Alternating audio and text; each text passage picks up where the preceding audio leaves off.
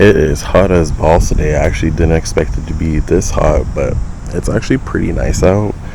Kind of blessed for that, or else I probably wouldn't be making this video.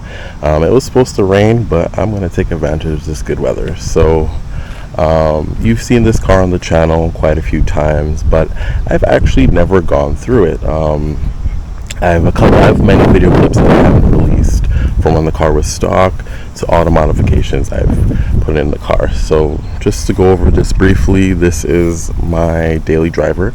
It is a 2009 Honda Civic Si, 4-door obviously, and I believe they call these the FA5, although people like to call it an FD. It's not, but you can make it look like that, but I like it how it looks so far. I'm more of a sleeper kind of guy, understated look. At first, I didn't like this color. Originally, I wanted a 2-door black coupe or black sedan. I don't know, I just really like black cars. And never really, I could have gotten a black car, but it needed work. I was more than willing to put money into the car, because these cars, I think if you can get them at a decent mileage and if they're clean and the body is straight, they're definitely worth putting some money into, and I guess making your money back down the line, since I guess it's a more desirable Honda Civic, I guess. But yeah, I'm going to quickly go over the modifications that I've done to the car. As you can see, the exterior is completely stock body. I haven't added the HIP kit. The only thing you might pick up is the yellow fog lights and the aftermarket wheels. So just go over all the mods. I have aftermarket cold air intake, fuel rail, RDX injectors. I have a header, catless header that goes out to a full race 3-inch exhaust, and I have it tuned on Honda Flash Pro, a professional tune. So it definitely has woken up the car quite a bit from stock, and it's been a really fun daily driver. And surprisingly, it's not that gas hungry. If you get like a good tune on your car, a tune is not about going fast. I believe it's overall package, and being fast is sort of the byproduct of tuning and dialing it in. So even though it is much faster than stock, the fuel economy did take a hit, but not as big as you think it would. It took about maybe let's say stock I would get 600 on the highway, and now that it's tuned, I probably get, the most I've gotten like squeezing out the tank was 530 kilometers on the tank. For being a tuned car, the gearing is not tuned for efficiency. I consider that pretty good. And I think I forgot one last, I wouldn't consider it mods, like an essential thing to do to any car, is I have 15% tint all around the car. I left the sunroof original, even though it did come tinted on the car. I think it's about 20 or 30. I actually didn't measure it or whatever, but 15% all around, and the only one that's left is the windshield because of our laws. Going over the paint, the car itself is actually pretty good. Like, it's not too bad. It still sparkles, still shines. It does have a little bit of nicks from daily driving, you can see it a little bit here, but this is really good for a 14-15-year-old car. The worst spot is this bumper here, which was repainted. You can see the clear coat is coming off. They probably just didn't prepare it properly, and that's why it's coming off. I have to get that fixed at some point. There's a little scratch here, but overall this car doesn't have any rust. I've driven this car through many Canadian winters. The underside has been good. I do rust proof the car, and it's been really good to me in that way. So that's pretty much the exterior. I'm going to take you guys on a little drive, and we're going to see how it drives with all these modifications. Oh, and I also forgot one important modification. I do have Hasport motor mounts all the way around, so we're going to see if we can give that a go here. This is the interior. It's a pretty nice interior. I've kept this clean for all these years. I've owned this car for about 5 years now.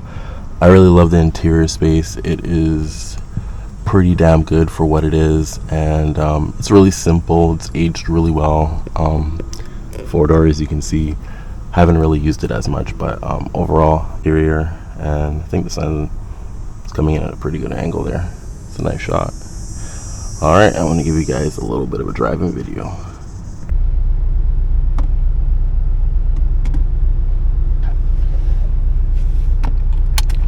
All right, let's get a little POV going here.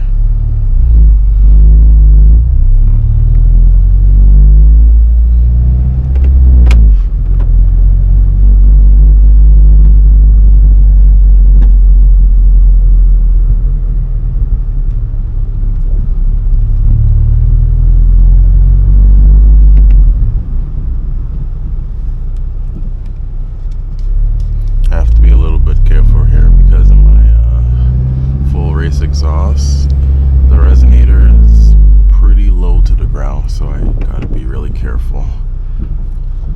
That's how I go over these bumps. Thankfully no one's here, so we're blessed, because everyone here drives SUVs. They'll fucking honk you. Which way do I want to go? I'm gonna go to the right, because I don't want to go over those speed bumps. Alright. Great gearbox, as Honda always does with their gearboxes. They're amazing. Nice and tight and clicky.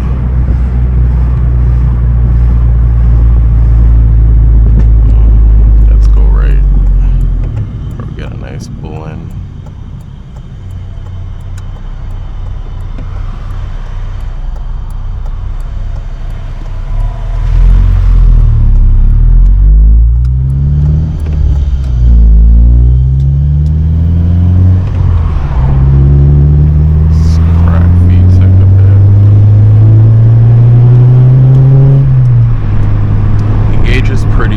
Set at 3850.